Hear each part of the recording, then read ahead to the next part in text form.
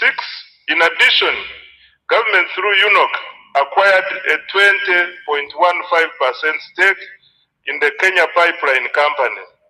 This is a strategic investment to strengthen Uganda's energy security and enhance the reliability of fuel supply.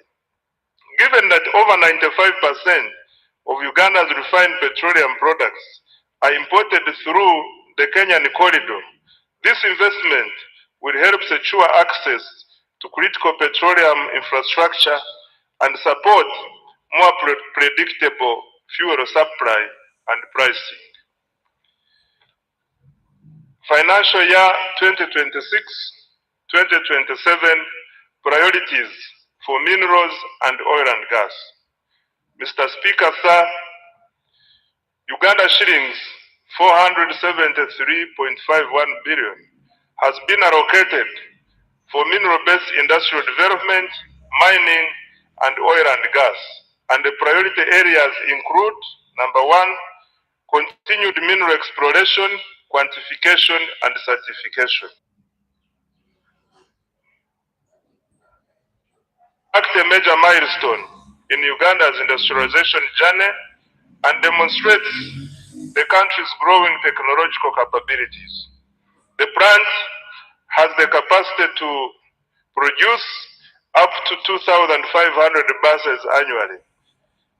Despite being in its early stages of operation, Chila Motors has already made bus sales worth Uganda shillings 21.6 billion and received orders for 450 buses from Uganda and the region.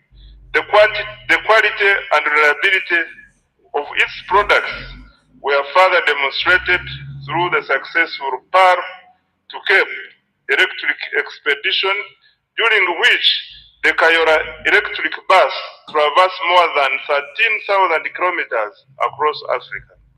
Mr. Speaker, to date, more than 25,000 electric vehicles, including buses, motorcycles, and bicycles, have been produced locally with up to 40% local content.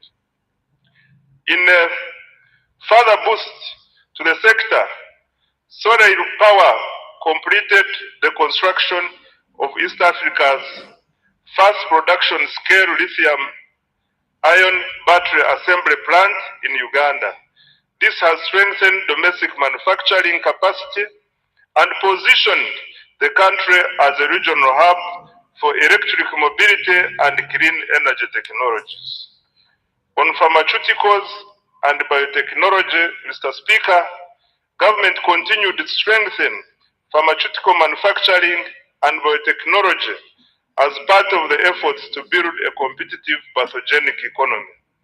Uganda is deliberately supporting the domestic production of medicines, vaccines, diagnostics, and other health products, while promoting research, innovation, import substitution, export growth, and resilience in the health sector.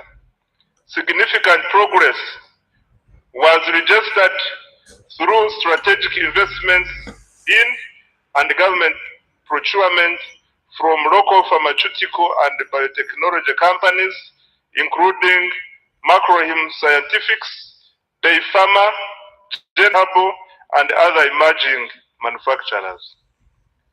Macrohim Scientifics has established itself as a leading African manufacturer for rapid diagnostic kits, recording annual sales of approximately United States dollars 75 million from products used in the diagnosis of malaria, HIV/AIDS, and sickle cell diseases.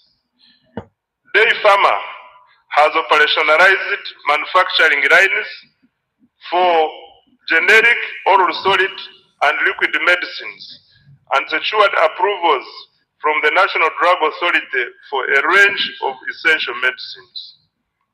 Jena Herbal, the manufacturer of Covidex, has established a pharmaceutical manufacturing facility in Soroti, expanding Uganda's capacity to produce health products locally and strengthening the country's pharmaceutical value chain.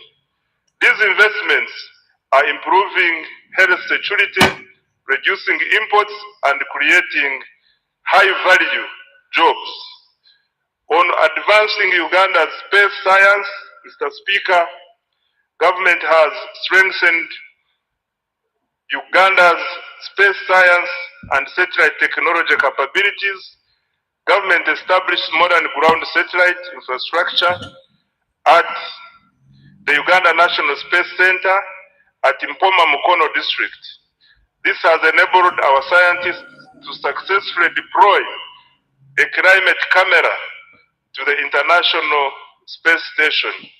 This has expanded the country's capacity to generate real-time data for climate monitoring, environmental management, disaster preparedness, and evidence-based decision-making.